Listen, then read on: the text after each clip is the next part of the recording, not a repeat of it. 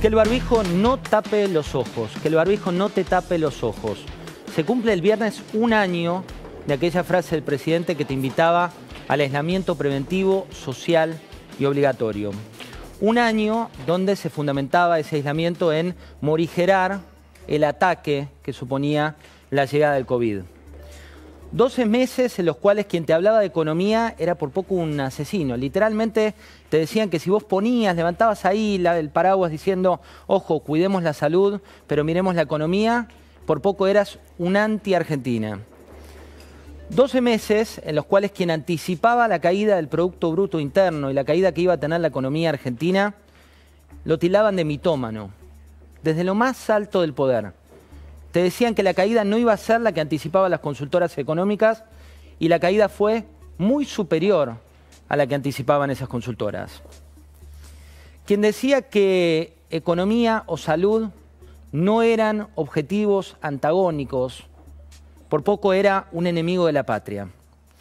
12 meses en los que Ginés González García, hoy exministro de Salud, con sus declaraciones decía que venía una gripecita que nos iba a atacar, una gripecita que no iba a llegar, y finalmente la gripe llegó con todas sus cepas. Tampoco fue real cuando te decían que eso no iba a ocurrir, tampoco fue real cuando te decían que no había que preocuparse. Después hubo que construir una fantasía, la fantasía de los medios antivacunas.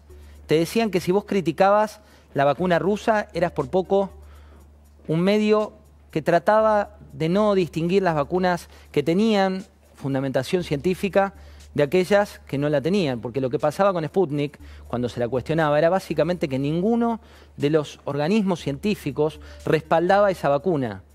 No se trataba de decirte que no te vacunes, como se trató de fundamentar.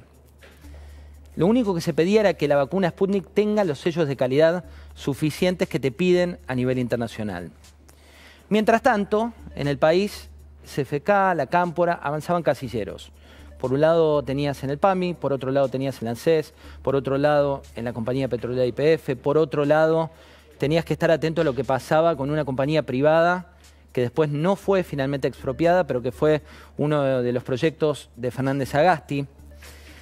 Y ahora llega Martín Soria. En un rato, Paz Rodríguez Niel te va a dar los detalles de quién es, pero más allá de los detalles de quién es, que ya te los contamos hoy en La Nación Más, te vamos a contar lo que viene y te vamos a fundamentar con cómo se eligen los jueces en la Argentina.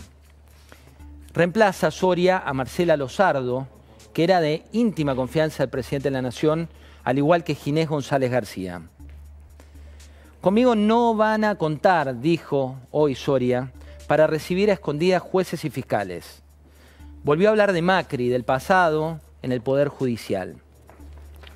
Mientras tanto, mientras se cumplían estos primeros 12 meses, vos veías que la economía entraba en un péndulo en el cual te decían una cosa pero pasaba otra. Cuando vos mirás en profundidad lo que ocurrió con energía, se hablaba de pisar tarifas, pero por otro lado se anunciaba una suba de 18% en los combustibles. Cuando mirás lo que pasaba con la deuda, te decían en los últimos 12 meses que de acuerdo al auditorio que fuera, se iba a pugnar por un acuerdo, pero después se decía que por poco con quien tenías que acordar eran criminales.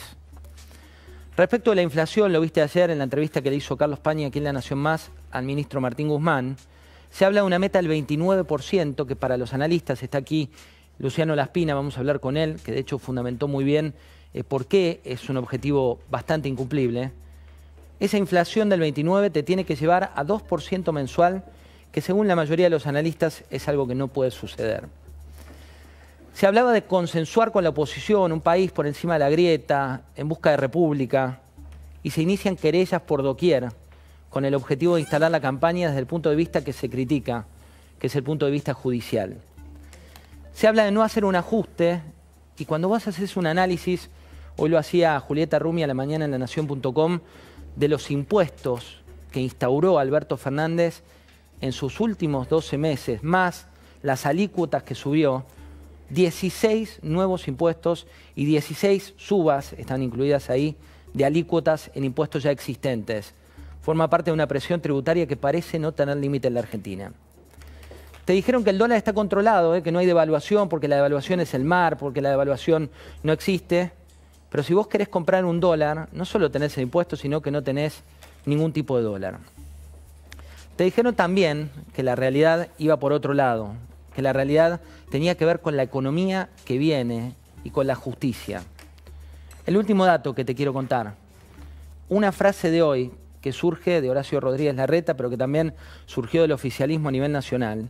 No sabemos cómo sigue la provisión de vacunas por parte del gobierno nacional, dijo Larreta, y en el gobierno nacional también hablaron de la situación de las vacunas, y esto todo para festejar, conmemorar un año de aquel aislamiento preventivo y obligatorio que nos llevó a este puente. De nuevo, que el barbijo no te tape los ojos. Esto pasó este día.